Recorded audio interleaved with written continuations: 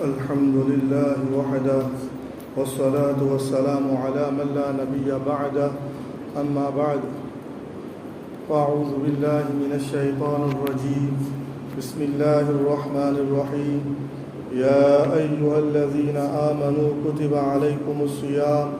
كما كتب على الذين من قبلكم لعلكم تتقون وعن أبي هريرة رضي الله تعالى عنه قال رسول الله صلى الله عليه وسلم إذا كان أول ليلة من شهر رمضان صفدت الشياطين ومردت الجن وغلقت أبواب النار فلم يفتح منها باب وفتحت أبواب الجنة فلم يغلق منها باب وينادي مناد يا باغي الخير أقبل ويا باغي الشر أقصر ولله أتقاء من النار وذلك كل ليلة رواه سنن الترمذي آمنت بالله صدق الله العظيم وصدق رسوله النبي الكريم لذا بدأت رضي الله عنه دينك الله مدام من يد لام رمضان के पठमा उज़ों नहीं लेते थे जुमा नहीं लेते दीनी दिया दी चीनी को चनारू आलू नलोंडा रहेगा नहीं निन्नी कागा लाई लाई ले ले टाउंडा नहीं जा रहे सोनी नहीं जा रहे मम्मो भी तो अल्लाह थांगा नहीं टाउं यूखे जा रहे अल्लाह का चनारू के दुआ रे को लखा में अल्लाह चनारू को जिंदगी तो कुछ ही में भी दीनी दी चीनी को भी लगे चनारू के पावन जे माँ मने का लामिया रमजान में शी कह रहे अपाउनी नहीं ले शी गाँव शी में तीजवा ने पोगुरी ले शी में ती पोगुरी दीनी दी चीनी को दुरु में आगे वो अल्लाह दुरु को मौत सुरे पवा निकों चोमु को अचाउं भी अल्लाह थांगो खाओ लाई अल्लाह चनारू को लामिया रमजान को सोंजी को तन्ने ठप पी लाई दे नौथा दजे ठप पी लाई दे सुरा अल्लाह इमता माँ को चीज़ रे नेमत के थे आजाऊं ने सुरा चनारू मनी का लामिया रमजान के अच्छे नहीं ने लामिया रमजान मयाओ के मनी तरावी नमाज बफा के अच्छे नहीं को चनारू प्यान टोंडा जी मनी का रोमाले लामिया रमजान याओ दे अगुना आयत दे अगुना हदीस दे फा भी चनारू पली रहेगा शेज़ और इमाम ने बियो जा तारी गुले चनारू नाठाओ ने नाठाओ मीरो चनारू के नलोंडा रे मा अटाइंदा टकूदी प्याउंगे मूडी फिके रे बलाउडों प्याउंगे रे बलाउडों नलोंडा रे नून्यांगे रे सोई अल्लाह अमी नागामू बेरवारे पठमा रूंगा तने मा नमाज गाजी फाया अरे नमाज गाजी मा फरज दी को बचन रुपया बजी फजर मा नरकात ज़ोहर मा लिरकात छौरकात असर मा लिरकात सेरकात पी मगरिब मा तोरकात सतोरकात ईशा मा खुनरकात अरे रकात नसेलाव शीदे नमाज को तने लोमा अच्छे ख्वे भी फाया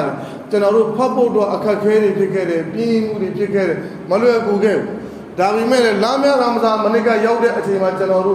तने मा नमाज नाजी फरज ले फलाई दे अरे नमाज दे के अच्छे ने अनो मशीद सुन्नत दे ले चनारू फलाई दे तरावी सुन्नत रकात नसेले अपी फलाई दे नौथा चनारू नाइनरो नफिल इबादत दे नफिल नमाज दे पा दे कुरान तिलावत दे लो दे जिक्र दे लो नंगे अरे लामिया रमजान पीरे नौगानी अगु लामिया रमजान मवेंगे बेमा चनारू मा अरे ये छेने सीरिया चनारू लामिया रमजान को चौ सोंलाई डाला पो प्या पोंगा प्यान भी प्या क्वामू दे ना प्या मी लामिया रमजान को सोंला ला चनारू सना दी नौरे लामिया रमजान याउदे अच्छे मा चनारू रोजा सौदे मो लवे को गेरे हलाल अयाने सातौगा अरे यागो चनारू अच्छे तम ठारे अच्छे मा को शारा रे हा हलाल सीवाई ने शारा को पाइना को सामे टाउ में जो बलुमा तालू ले में आओ बलुमा अपि प्योलू ले में यारे चनारू के लवे माशी नहीं दे असा अटाउ दीगु चनारू वापई दे अच्छे गाने साबी सुबह स्वादिक वापई दे अच्छे गाने मगरिब ने वेने अच्छे थी टाइम आओ चनारू साजे ताउचे मिमी जनी दे ने पाउनी जे दारे आलो को चनारू सुन लो बोल वे को गेरे लामिया रमजान के अनौ याउ दे लामिया रमजान पीरे नौ म चनारू के असा ताउ के पोंदरा नी का बे पोंगा पे दवा ताली दे चनारू प्या सांस से जी लाई बिया पे लामिया रमजान तला का म चनारू अटन नहीं जो मेसी गोले थईने ना गोले थईने बजा गोले थईने थेमी चनारू ने थामी रो तला दा को सो मी रो अरे ले जे मो को युगे रे या के रे अरे के नौ मा लामिया रमजान पीरे अच्छे गाने अगु लामिया रमजान को याउ ला रे अरे जा काला मा चनो बलो अटाइंदा गुनारे को शाउं लिया तने ता को फ्यतांगे रे ताम बलाउ ताम ပေါ်ရောမှုတွေဖြစ်ခဲ့လေဒါတွေကိုကျွန်တော်တို့အရင်ပြန်ဆန်းစစ်ကဆန်းစစ်ပြီးတော့ကျွန်တော်တို့လာမြတ်ရမ်ဇာန်မှာပြီးခဲ့တဲ့လာမြတ်ရမ်ဇာန်မှာရခဲ့တဲ့ကောင်းမြတ်တဲ့အရေးချင်းတွေကကျွန်တော်တို့အတွင်းထဲမှာပါလာတဲ့အနိုင်တကအနိုင်ဆုံးလာမြတ်ရမ်ဇာန်မှာနမတ်တွေအားလုံးဖတ်ပြီးတော့လာမြတ်ရမ်ဇာန်ပြီးတဲ့နောက်ပိုင်းမှာနဖလ်တွေမပါလာဘူးပြဿနာမရှိနမတ်၅ချိန်မှာဖတ်ကြတဲ့နမတ်တွေကဒီနေ့ဒီကျွန်တော်ရဲ့ဘဝထဲမှာမလွတ်တမ်းပါလာတဲ့ဆိုရင်ကျွန်တော်အလ္လာဟ်ထံမှာရှုကရဘလောက်လုပ်ရမလဲဆိုတဲ့အတိုင်းအတာကိုပြောပြဖို့အတွက်အဲ့လိုစကားလုံးလည်းကျွန်တော်မှမရှိဘလောက်လုံးလဲလုံးတော့နေနမတ်၅ချိန်ပဲရှိကျွန်တော်ဂုဏတွေကိုရှောင်ခဲ့တယ်လာမြတ်ရမ်ဇာန်အများကြီးဂုဏတွေကိုရှောင်ခဲ့တယ်ဒါပေမဲ့လာမြတ်ရမ်ဇာန်ပြီးတဲ့အချိန်ကအခုအချိန်ကြီးကျွန်တော်ဂုဏတွေကိုပြန်ရောက်သွားတယ်ဒါပေမဲ့ကျွန်တော်ဘဝမှာအကြီးမားဆုံးသောဂုဏဥပမာကျွန်တော်ရှိမှလိန်တော်တဲ့အချိန်ကကျွန်တော်နေရာတကာမှာလိန်နေတာကျွန်တော်တို့အကြီးဆုံးကျန်တဲ့ဂုဏတွေကတိတ်ကျွန်တော်တို့ရှောင်ဖို့လွယ်အဲ့လိုအကြီးဆုံးသောမကောင်းမှုကြီးတစ်ခုအများဆုံးပြုလုပ်နေတဲ့ပြစ်မှုတစ်ခုကလာမြတ်ရမ်ဇာန်ကိုအကြောင်းခံပြီးကျွန်တော်အမြဲတမ်းအတွက်ဒီနေ့ဒီကိုကျွန်တော်ရှောင်နိုင်ခဲ့တယ်ဆိုရင်လည်းဒါအရှုံးမဟုတ်ဘူးဒါလည်းအမြတ်ပဲအလ္လာဟ်ထံမှာရှုပ်လို့ဘာမှပြောင်းလဲမှုမရှိဘူးဆိုရင်တော့အလ္လာဟ်ကတော့ပေးမှာပဲအရှင်မဟာဒီစ်တွေလည်းရှိတယ်ပေးမှာဒါမှကျွန်တော်မယူခဲ့တဲ့အတွက်ကျွန်တော်မားခဲ့တဲ့အတွက်အလ္လာဟ်ကျွန်တော်ကိုအေးမယူတဲ့အပြင်ဒီနှစ်လာမြတ်ရမ်ဇာန်နဲ့စုံစည်းခွင့်အလ္လာဟ်ထပ်ပေးလိုက်တယ်ဒါလည်းရှုကရ်တစ်ဖက်ကလောက်ကြမယ်နှစ်ခုလောက်ကနောက်တစ်ဖက်ကကျွန်တော်ပြောင်းလဲမှုတွေရခဲ့ပြီးကျွန်တော်ဘဝကိုကျွန်တော်ပြန်ပြီးတော့အမိုက်သားငမိုက်သားဘဝကိုကျွန်တော်ပြန်ပို့ခဲ့တယ်အလ္လာဟ်ကအမိန့်ကိုဖီဆန်တဲ့ဘဝမှာကျွန်တော်ပြန်နေခဲ့မိခဲ့တဲ့အတွက်အလ္လာဟ်ထံမှာတောင်းပါလုပ်ပြီးတော့အလ္လာဟ်ထံမှာဒူအာထလို့မရလားကျွန်တော်ကိုအဲ့ဒီဘဝမျိုးနောက်တစ်ချိန်ပြန်မပို့ပါနဲ့တော့အလ္လာဟ်ဒီနေ့တော့ကျွန်တော်ကိုတနာပြီးတော့လာမြတ်ရမ်ဇာန်နဲ့ပြန်ဆုံစည်းခွင့်ပေးလိုက်တယ်ကျွန်တော်ကောင်းကောင်းနေပြီးလာမြတ်ရမ်ဇာန်နေပြီးတဲ့နောက်ကျွန်တော်ဖြစ်သလိုပြန်နေပြီးနောက်တစ်ခေါက်အလ္လာဟ်ပြုပြင်ဖို့အခွင့်အရေးမပေးတော့ဘူးဆိုရင်ကျွန်တော်ဆုံးရှုံးတဲ့ဘဝကနေအလ္လာဟ်ရဲ့ရာဟမတ်ရဲ့လက်မဲ့ဘဝရောက်သွားတဲ့အချိန်မျိုးကိုကျွန်တော်ကြုံတွေ့သွားနိုင်အဲ့ဒါကြောင့်ကျွန်တော်တို့ကအလ္လာဟ်လာမြတ်ရမ်ဇာန်ပေးလိုက်ပြီပထမဦးဆုံးကျွန်တော်လုပ်ကမယ်လို့ကကျွန်တော်ကတနစ်တာကိုကျွန်တော်တစ်ချက်လောက်ပြန်စဉ်းစားကြည့်ရ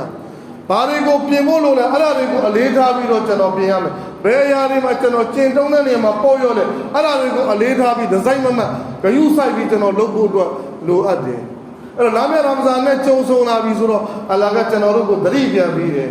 ကျမ်းတော်မြတ်ကုရ်အာန်ဆူရာဘကရာအာယတ်နံပါတ်183မှာအလောင်းရှင်မြတ်ကကျွန်တော်တို့အီမန်ရှင်တွေကိုအလ္လာဟ်ကညွှန်ပြီးတော့အမိန့်ရှိယာအယုဟလ္လဇီနာအာမနူအိုအီမန်တော်ဝင်ယုံကြည်သူပေါင်းတို့ဘယ်လိုပဲဖြစ်ဖြစ်ကွာမတို့အလ္လာဟ်အမိန့်နာခံပြီးတော့အီမန်ရှင်ဘဝမှာရှိနေပြီဖြစ်စေအလ္လာဟ်အမိန့်တွေကိုချိုးဖောက်မိခဲ့ပြီးတိုးတော်လဲမွတ်စလင်ဖြစ်နေတဲ့အီမန်ရှင်ဖြစ်နေတဲ့အသင်ကိုလည်းငါအလ္လာဟ်အမိန့်ရှိတယ်ယာအယုဟလ္လဇီနာအာမနူအိုအီမန်ရှိတဲ့သူပေါင်းတို့ကျမ်းတော်မြတ်ကုရ်အာန်ကနောက်တနေ့မှာအလ္လာဟ်ရှင်မြတ်ကအမိန့်ရှိလာတကနတူမင်ရဟမတ်လ္လာအလ္လာဟ်ရဲ့ရာဟမတ်ကနေမျှော်လင့်ချက်မမဲ့နဲ့ကျွန်တော်တို့ကတနေ့တာကိုပြန်ဆန်းဆဲလိုက်လို့ကျွန်တော်တို့ကရလက်ကအရှုံးမမှာပဲရှိနေတယ်ဆိုရင်ကျွန်တော်တို့မျှော်လင့်ချက်မမဲ့လိုက်နဲ့ကုရ်အာန်ကပြောတတိပေးတယ်အိုးအီမန်တော်ဝင်ယုံကြည်သူအပေါင်းတို့တဲ့အတင်တို့ကုတိဘာအလိုင်ကုမဆီယာမ်အတင်တို့ကအပေါ်မှာလာမြတ်ရမ်ဇာန်ရဲ့ရိုဇာကိုဖရတ်လုပ်ထားတယ်နော်ဖရတ်လုပ်တာကျွန်တော်တို့ကအကျိုးအတွက်အလ္လာဟ်အတွက်မဟုတ်အလ္လာဟ်ကျွန်တော်တို့ကိုယရနာတွေပေးခြင်းလို့အဲ့ဒီယရနာကကဘာကြီးတစ်ခုလုံးပေးပြီးတန်ဖိုးဖြတ်မယ်ကဘာအစားကနေပြီးတော့ဒီနေ့ဒီကိယာမတ်နေ့ဒီလာမဲ့ဩဇာအာဏာတွေအားလုံးယာရုအာဏာတွေအားလုံးဘယင်ကစီးစိမ်တွေအားလုံးနိုင်ငံတွေအားလုံးလူပဲမဟုတ်ဂျင်ကလောကအဖန်ဆင်းကအားလုံးရဲ့ဘဝမှာလောကမှာရှိတဲ့စီးစိမ်ဥက္ခတွေအားလုံးကိုပေးပြီးတော့လဲမယ်ဆိုရင်လည်းလဲလို့မရတဲ့နေအမတ်ကိုအလ္လာဟ်ပေးဖို့အတွက်ကျွန်တော်တို့ကိုအမိန့်ရှိတယ်ကုတိဘာအလိုင်ကုမဆီယာမ်အတင်တို့အပေါ်မှာငါအရှင်ကလာမြတ်ရမ်ဇာန်ကရိုဇာကိုဖရတ်လုပ်ခဲ့တယ်ကျွန်တော်တို့အားလုံးသိတယ်အစ္စလာမ်မှာ29ရှိမယ်30ရှိ29နဲ့လာမြင်ဘဇတ်ပိတ်ရိုဇာထားလိုက်ဘဇတ်ပိတ်ပြပြရှင်အစ်လုပ်လိုက်ဘဇတ်ကမဖွာနဲ့အကယ်၍မှ29နဲ့လာမမြင်ဘူးပြဿနာမရှိဘူး30ပြည့်အောင်လုပ်ရိုဇာထား30ပြည့်အောင်လုပ်အစ်လုပ်ပြောတာကျွန်တော်တို့ကိုကျွန်တော်အဲ့ဒီကြောင့်ပြောချင်တာကကျွန်တော်လည်းနည်းလေးပြောလိုက်ဟာဒီစ်မှာတမန်တော်အမင်းကြီးကဆူမူလေရိုယတိလာမြင်ရိုဇာတာဝဆူမူလေရိုယတိလို့ပြောတဲ့အတွက်ကျွန်တော်တို့အဲ့ဒီမှာလုံလောက်ကျွန်တော်တို့မြင်ရိုဇာတာအဲ့ဒီမြင်ချင်းဆိုတာပညာရှင်တွေကပြောကျွန်တော်တို့ကမျက်စိနဲ့မြင်ချင်းကအတိတ်ပဲရိုယတ်ကအဲ့ဒါကိုပြောတာတယ်လီစကုပ်လည်းမလို့ဒါတွေကတော့မအားဝင်အထောက်ကူပြုတဲ့အရာတုံးလို့ရတယ်မျက်စိနဲ့မြင်တယ်ရိုဇာထားမယ်မျက်စိနဲ့မမြင်ဘူးရိုဇာမတော့ရိုဇာထားလာကြည့်တဲ့ဥပဒေတွေရှိတာတိုင်ကင်းစင်နေဆိုရင်အုပ်စုကြီးတစုကပြောကမှာဂျမေဂါဖီလို့ပေါ့အုပ်စုကြီးတစုကကျွန်တော်တို့လာမြင်ပါတယ်လို့ပြောတာ အဲ့ဒီအုပ်စုတွေကပြောခြင်းကငြိမ့်လိမ်လည်ပြီးတော့မူသားပြောတယ်ဆိုတော့အဲ့လိုတော့မထင်ရအဲ့လိုအုပ်စုကြီးတစုကပြောတာလာမမြင်ဘူးဟိုလာတိမ်ကောင်းကင်ကမရှင်းဘူးမိုးအုံနေတဲ့မိုးတွေရွာနေတယ်အဲ့ဒီချိန်မှာလူတချို့ကလူတယောက်နှစ်ယောက်ကမြင်တယ်ပြောတယ်အဲ့ဒီလူတွေကလည်းဆယ်တရားအရလက်ခံရတဲ့လူမျိုးဖြစ်တယ်သူကစီကန်းနေတဲ့ကိုင်းနေလက်ခံပါပေါ့အဲ့တော့အဲ့ဒီစီကန်းနဲ့မကိုင်းညီဘူးဆိုရင်လက်ခံကြတယ်လို့အဲ့တော့လာမယ့်ရမဇန်ကတလားတာကျွန်တော်ရူဇာထားရမယ်ကျွန်တော်ပြန်စဉ်းစားတယ်ငါတို့ရှက်ပြီဗလားတရက်နဖယ်ရူဇာထားဖို့တော့ခက်နေတာဟိုအာလ်ဖာနေ့မှာရှိတဲ့နဖယ်ရူဇာတလုံးထားဖို့တော့ငါတို့ခက်နေတာတလားတာရူဇာထားရမယ်ဖြစ်နိုင်ပါမလားငါတို့အရေးချင်းနဲ့ငါတို့အင်အားနဲ့ဖြစ်ပါမလားအချိန်ကလည်းမရနိုင်နဲ့နေကလည်းပူနေတယ်ငါကအလုံးချမ်းကလည်းလိုအားနေတယ်ငါမှရင်ငတ်မှဗိုက်စာမှငါခေါင်းမှုမှခေါင်းကိုက်မှဖြစ်နိုင်ပါမလားအဲ့အတွေ့ဖြစ်အလကကျွန်တော်တို့ကိုထပ်ပြီးတခါအားပေးစကားပြောတယ်ကမာကုတိဘာအလလဇီနာမင်ကဘလီကွမ်ငါမေရိုကိုတဲ့လာမယ့်ရမဇန်ကရိုဇာလုပ်ထားတာမေရိုပေါ်မှာမလုပ်ထားတာမဟုတ်ဘူးတဲ့အတင်တို့ကအရင်မှရှိနေတဲ့အဟလီကီတာတမန်တော်အာဒမ်ကနေစာပြီးတမန်တော်မူဆာတိနဗီတမန်တော်တိုင်းကခင်မှာရိုဇာကိုဖရတ်လုပ်ခဲ့သူတို့လည်းရိုဇာဖရတ်လုပ်ခဲ့တယ်သူတို့လည်းထားခဲ့တယ်ပုံသဏ္ဍာန်တော့မတူအချိန်တော့မတူရိုဇာကရက်တွေတော့မတူထားခဲ့တယ်သူတို့တော့လုပ်ခဲ့လို့ရတယ်ဆိုရင်ကျွန်တော်တို့ဘာလို့လုပ်လို့မရရဘူးအားပေးစကားကိုအလ္လာဟ်ပြောအဲ့တော့ကျွန်တော်တို့လုပ်တဲ့အလုပ်ရှေ့ရပြုံအမတ်တွေပေါ်မှာလည်းအလ္လာဟ်ဘက်ကဖရတ်လုပ်ခဲ့တယ်ဘာကြောင့်လုပ်ခဲ့တာလဲအဖို့မပြတ်နိုင်တဲ့ယတနာလအလ္လာကုမ်တတ်တကုအလ္လာဟ်ကအကြောက်တရားရသွားဘူးအလ္လာဟ်ခိုင်းတာတွေကိုလုံးနိုင်တဲ့အရေးချင်းအလ္လာဟ်တားမြစ်ထားတဲ့အရာတွေကနေရှောင်ကျဉ်နိုင်တဲ့အရေးချင်းကောင်းတွေရဖို့အတွက်အလ္လာဟ်ရူဇာထားခိုင်းတာတကွာဆိုတာအပိုင်းနှစ်ပိုင်းမရှိတာလွယ်လွယ်လေးimtisali awamir lo kar Allah khaina ra ko lo me ijtinabi nawahi Allah taala ri yari kan sham ala taqwa mama khada lo da be me le ai taqwa ya mo do lou de neya ma ro khakhe mu ro shi hazrat umar kaပြောတာ taqwa ဆိုတာဗာလဲဆိုရင်ဒီဘက်မှာလည်းစူးတွေရှိတယ်တဲ့ဒီဘက်မှာလည်းစူးပင်တွေရှိတယ်နှစ်ဖက်လုံးမှာစူးပင်တွေရှိတယ်အဲ့ဒီစူးပင်နှစ်ဖက်နေရနှစ်ဖက်မှာရှိနေတယ်နှစ်ဖက်နှစ်ချက်မှာရှိနေစူးပင်တွေကြားတဲ့ကနေလူတယောက်ကသွားတဲ့ခါကိုယ့်ကပစိုးကိုယ့်ကလုံးကြီးကိုယ့်ကအင်ကြီးကိုမညှိသွားအောင်မပြဲသွားအောင်မဆူးသွားအောင်မညှိစွန်းဘလို့ထိမ့်သိမ့်ပြီးတော့အဲ့ဒီကြားတွေကနေလွတ်မြောက်ပြီးကောင်းကောင်းမွန်မွန်တစ်ဖက်ကိုရောက်အောင်သွားတယ်တကွာလည်းအဲ့ဒါပဲဒီဘက်မှာလည်းအလ္လာဟ်မကြိုက်တဲ့အရာတွေရှိတယ်ဒီဘက်မှာကိုယ့်ရဲ့နှက်အကြိုက်တွေရှိတယ်တခါတခါဒီဘက်မှာအလ္လာဟ်မကြိုက်တဲ့အရာနောက်တစ်ဘက်မှာမိမိကမိသားစုကအကြိုက်နောက်တစ်ဘက်မှာအလ္လာဟ်ကမကြိုက်တဲ့အရာနောက်တစ်ဘက်ကပတ်ဝန်းကျင်ကကြိုက်တဲ့အရာနောက်တစ်ဘက်မှာအလ္လာဟ်မကြိုက်တဲ့အရာနောက်တစ်ပတ်မှာကျွန်တော်ကစိတ်ဆန္ဒတွေကမမောတဲ့အရာအဲ့ဒီနှစ်ခုကြားတွေကလည်းကျွန်တော်မညှိမစွန်းမဲ့အလ္လာဟ်ကအမိန့်ကိုလည်းချိုးဖောက်ရမကြရရဘူးကျွန်တော်ကနတ်အနောက်ကိုလည်းလိုက်ရမကြရဘူးရှရီယတ်ကဘလောက်အခွင့်ပေးတာလဲအဲ့လောက်လုပ်ပြီးတော့ကျွန်တော်ကဒုနီယာကနေပြန်နိုင်ပြီဆိုရင်ကျွန်တော်တကွာရှိတဲ့လူအဲ့တကွာကမလွယ်ဘူးခက်ခဲမှုတော့ရှိတယ်ခက်ခဲတယ်ဆိုရင်ကျွန်တော်တို့10တန်းစာမိုးအခုဆို12တန်းပြီပါစာမိုးကိုကျောင်းသားတွေကိုဒီတိုင်းစာတင်စာမိုးပဲနီးသွားပြီဆိုရင်ဗာလဲကျောင်းသားတွေအားလုံးစခန်းပြင်ပြီးလေ့ကျင့်ခံပေးတယ်တချို့တွေကတခါတည်း guide ခေါ်လိုက်တယ်ဒါမှဆရာမအိမ်ကိုပို့လိုက်တယ်ဆရာမအိမ်မှာပဲစားတောက်စရိတ်လည်းပေးလိုက်တယ်ဆရာမကသူ့ကိုတေးသေးချာချာကိုအချိန်နဲ့အိတ်ကမှအချိန်နဲ့တတ်မှတ်တယ်ထားကမှအချိန်နဲ့တတ်မှတ်တယ်စာတင်ပေးမှအချိန်နဲ့တတ်မှတ်တယ်စာကိုချက်ခိုင်းမဲ့အချိန်နဲ့တတ်မှတ်ပေးတယ်ပြီးစာပြန်နားထောင်မဲ့အချိန်နဲ့တတ်မှတ်ပေးတယ်အဲ့လိုမျိုးတတ်မှတ်ပြီးတော့စီးစနစ်တွေလုပ်ပြီးစခန်းတွင်းပြီးတော့လေ့ကျင့်မှုပြုလုပ်ပေးလိုက်တဲ့ကျောင်းသားကအောင်မြင်သွားတယ်အဲ့ဒါကိုနားခဲ့တယ်ဆိုကျွန်တော်တို့ကိုလည်းအလ္လာဟ်ကစက်တလာပေးခဲ့ပြီးကျွန်တော်တို့ပေါ့ရော့ပဲတကွာကအမိတ်က24နိုင်လုံးမှရှိလာကျွန်တော်ပေါ့လျော့ပြီးကုန်ခဲ့ငါကဘန္နာတွေဒီတိုင်းထားလိုက်ဒီကောင်းတွေပျက်စီးပြီးလာမှာဒီလူသားပျက်စီးပြီးလာမှာသူဆုံးရှုံးမှုနဲ့ရင်ဆိုင်ရမယ်အဲ့တော့ငါဘန္နာကငါဖန်ဆင်းခဲ့တာဆုံးရှုံးမှုတော့မဟုတ်အောင်မြင်မှုငါဘန္နာကငါဖန်ဆင်းခဲ့တာငါကစိတ်ဆိုးမှုကိုပေးဖို့မဟုတ်ငါကရာဟမတ်ငါကကျင့်တဲ့မြတ်တမှုဘယုနာကိုပေးဖို့အဲ့တော့ငါဘန္နာဒီတိုင်းထားလို့မဖြစ်ဘူးသူကလာမြရမဇာတလာတာပေးလိုက်တနေ့တာတိုင်းမှာအချိန်လေးကိုတတ်မှတ်ပေးအဲ့ဒီတိုင်းဘဝတစ်ခုကိုတိဆောက်ခိုင်းတယ်မပေါ့နဲ့မေလျော်မှုတွေမတွားနဲ့တတိရှိနဲ့ကျွန်တော်တို့ပြုစုပြောထောင်မှုကိုလက်ခံတယ်အဲ့ဒီတိုင်းကျွန်တော်ကကျင့်သုံးတယ်တလပြီးသွားရင်ကျွန်တော်ကပြောင်းလဲမှုကအဲ့ဒီမှာစကျွန်တော်ပြောင်းလဲခဲ့လားမပြောင်းလဲခဲ့လားကျွန်တော်မြင်ရမှာအဲ့တော့ကျွန်တော်တို့ကိုသတိပေးနေအတင်တို့ကငါအလ္လာဟ်လာမြရမဇန်ကိုပေးတာတကွာပေးခြင်းလို့တရမီဇီကျမ်းမှာဟာဇတ်အဘူဟူရိုင်ရာကဆင့်မြန်ပြောပြတမန်တော်ကအမင်းကြီးတယ်အီဇာကာနာအဝဝလူလိုင်လတ်မင်ရှာရီရမဇန်လာမြရမဇန်ကပထမဦးဆုံးညရောက်ပြီဆိုတာနဲ့တဲ့ဆူဖီဒတ်ရှယာတီရှိုင်တာနီအားလုံးကိုအလ္လာဟ်ကချုံအောင်လိုက်တယ်ဝါမာရဒတ်လ်ဂျင်ဆိုးတော်တဲ့ဂျင်တွေကိုလည်းအလ္လာဟ်ချုံအောင်လိုက်တယ်ဘာကြောင့်လဲကျွန်တော်တို့ကလာမြရမဇန်ကအရင်ဆက်တလာမှာပြောခဲ့တယ် ငါတို့စိတ်ကဖြစ်သွားတာကွာတော့ရှိုက်တန်ကဖြည့်ဆည်းလိုက်တာကွာမာဟောင်ကဖြည့်ဆည်းလိုက်တာကွာအပြစ်ကဘလို့တော့ပို့နေရလဲရှိုက်တန်ကိုတော့ပို့နေတယ်ရှိုက်တန်တစ်ခါတည်းကျရင်လည်းသူလည်းတနာပါသူလည်းဘာမှမလုပ်ကိုယ့်ကိုလုပ်ပြီးတော့အပြစ်ကိုခေါင်းစဉ်နေလိုက်တာရှိုက်တန်ကြောင့်ရှိုက်တန်ကဆွဲဆောင်လိုက်လို့နတ်ကဆွဲဆောင်လိုက်လို့ဘလူကဆွဲဆောင်အမှန်မှကိုယ့်ကနတ်ကြောင့်ဖြစ်တာကိုယ့်ကြောင့်ကိုယ်ဖြစ်တာဘလူကြောင့်မှဟုတ်အဲ့တော့ခေါင်းစဉ်နေမတတ်နဲ့အလ္လာဟ်ကကျွန်တော်တို့ကိုတစ်ဖက်ကလာမြတ်ရမဇန်လည်းပေးတယ်ရိုဇာအီဘာဒတ်တွေကိုလုပ်ဖို့လွယ်အောင်လုပ်ပေးတယ်ဝနာတွေကိုရှောင်တဲ့နေရာမှာလွယ်အောင်လုပ်ပေးတယ်ထပ်ပြီးအလ္လာဟ်ကဘာလုပ်ပြီးလဲအတင်တို့ကိုဖြတ်စည်းနေတဲ့အုပ်စုကနစုပဲရှိတာအဝေးမဟုတ်နစုကဂျင်ဆိုအဲ့ဒါကိုရှိုက်တန်လို့ပေါ့နောက်စုကအတင်ကနတ်အဲ့ရန်သူနှစ်ယောက်ရှိတယ်အဲ့ဒီအတွင်းအပြင်ရန်သူနှစ်ယောက်တည်းကအပြင်ရန်သူကိုအလ္လာဟ်ကထိန်းသိမ်းပေးလိုက်မစ်စစ်တိုက်ကမှာတော့မစ်ထိုးစစ်ကမှာတော့ရန်သူတယောက်ပဲဖြစ်သွားအတင်စိတ်ကိုအတင်ထိန်းလိုက်တော့အဲ့ဒါဆိုရင်ရအလ္လာဟ်ရန်သူတယောက်ကိုဖယ်ပေးလိုက်အလ္လာဟ်ကဂိမ်းကဘယ်လောက်ကြီးလဲဒီတကွာပေးနေတော့အလ္လာဟ်လွယ်အောင်လုပ်ပေးတယ်မင်းနှစ်ယောက်နဲ့တော့ရံမဖြစ်နေတော့တယောက်နဲ့ပဲအဲ့တယောက်ကိုလည်းအလ္လာဟ်ထိမ့်ပေးခြင်းနတ်ကိုလည်းစိတ်ရန်ကိုလည်းအလ္လာဟ်ထိမ့်ပေးလိုက်လို့ရတာပဲဒါပေမဲ့ဘယ်ထိမ့်ပေးမလဲအကျိုးပေးမှာကတေးသေးလေးပေးမှာမဟုတ်ဘာအကျိုးစားလို့မှမရှိဘူးဘာအားထုတ်လို့မှမရှိဘဲနဲ့စာမိုးပဲအောင်သွားတယ်ဆိုရင်အဲ့ဒီကျောင်းသားကဘာအရေးချင်းမှမရှိဘူးသူစာမိုးပဲအောင်အတန်းမြင့်သွားဘွဲရသွားဒါပေမဲ့လည်းသူဘွဲရသွားရင်လူတွေအထင်ကြီးမယ်ဒီလူဘွဲရဒါပေမဲ့သူ့ကိုယ်သူအထင်သေးနေငါဘာမှမဟုတ်ဒီဘွဲဆိုအလကားပါကွာ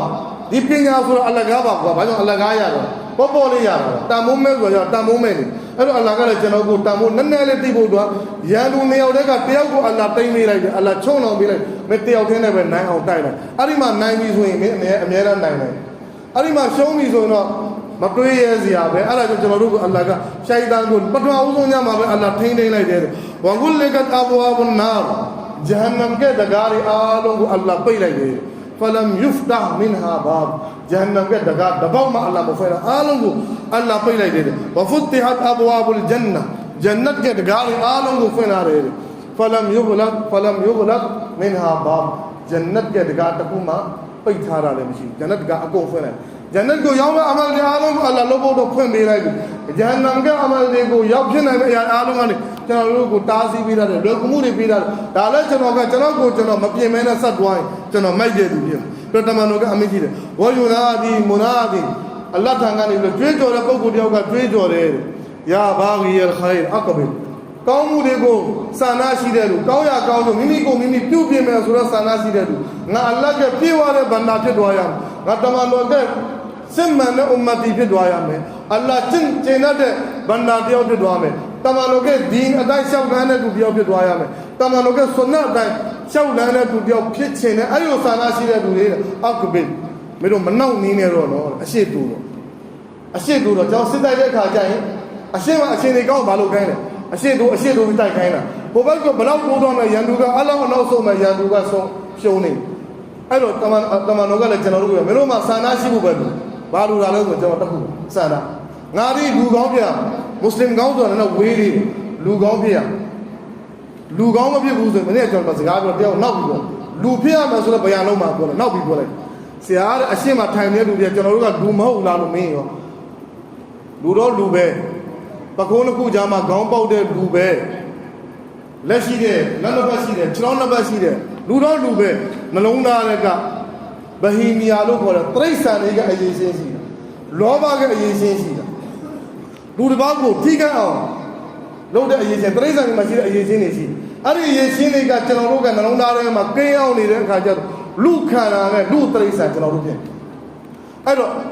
नमस्ते लूपे द्वारा ना लूपे में सोरा सानाशी दे सो अरे लूपे चीनी मुस्लिम भी बोल रहे हो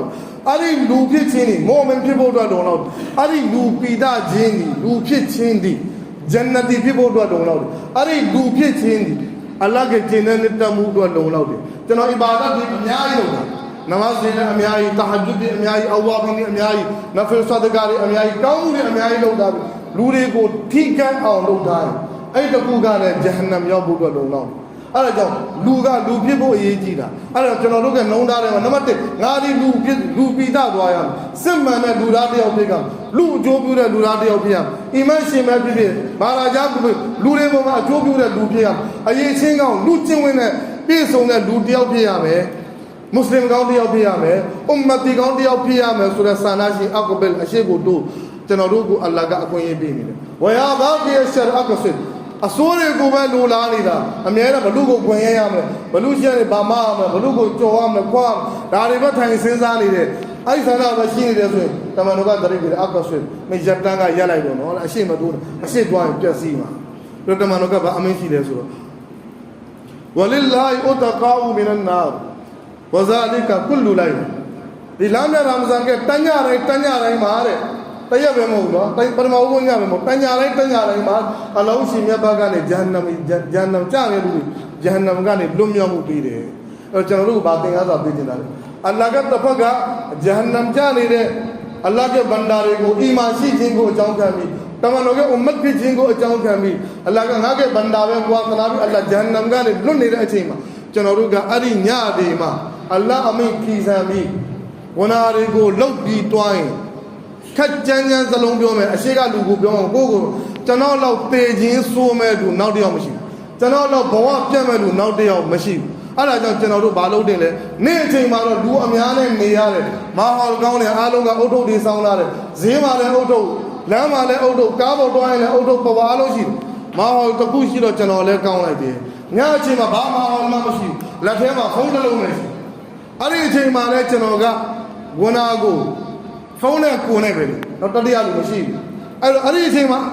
တမန်တော်ကပြောနေအပဆွေမင်းရတာရက်တော့မင်းဟိုပို့ဒီပို့ဟိုရဲဒီရဲဟိုကြည့်ဒီကြည့်တဲ့ရက်လို့ပြောတဲ့ချင်းကျွန်တော်ကဆက်လုံးနေတယ်ဆိုကျွန်တော်တော့ပြည့်စည်မဲ့သူနောက်တစ်ယောက်မရှိဘူးအလ္လာဟ်ရှင်ကျွန်တော်တို့အားလုံးကိုထိန်းသိမ်းတော်မူပါစေလာမယ့်ရာမဇန်ကိုအကြောင်းကပြီးအလ္လာဟ်ဘယ်နေမတ်တွေကိုကျွန်တော်တို့ကိုပေးဖို့တော့အလ္လာဟ်ရည်ရပြီးလာမယ့်ရာမဇန်ကိုချီးမြှင့်ခဲ့တယ်အဲ့ဒီအလ္လာဟ်ချီးမြှင့်မဲ့နေမတ်တွေအားလုံးကိုမလွတ်တန်ရအောင်ယူနေတဲ့တောဖီကအလ္လာဟ်ရှင်ချီးမြှင့်ပေးသနာတော်မူပါစေဘယ်အရာတွေကိုဆွန့်လွတ်ဖို့တော့အလ္လာဟ်လာမယ့်ရာမဇန်ကိုချီးမြှင့်ခဲ့တယ်အဲ့ဒီအားလုံးကိုကြိုးစားပြီးအလ္လာဟ်ရဲ့ရာဟမတ်ကိုမျှော်လင့်ပြီးဆွန့်လွတ်နိုင်တဲ့တောဖီကအလ္လာဟ်ရှင်ချီးမြှင့်ပေးသနာတော်မူပါစေဝါခီရူဒါဝါနာအလ်ဟမ်ဒူ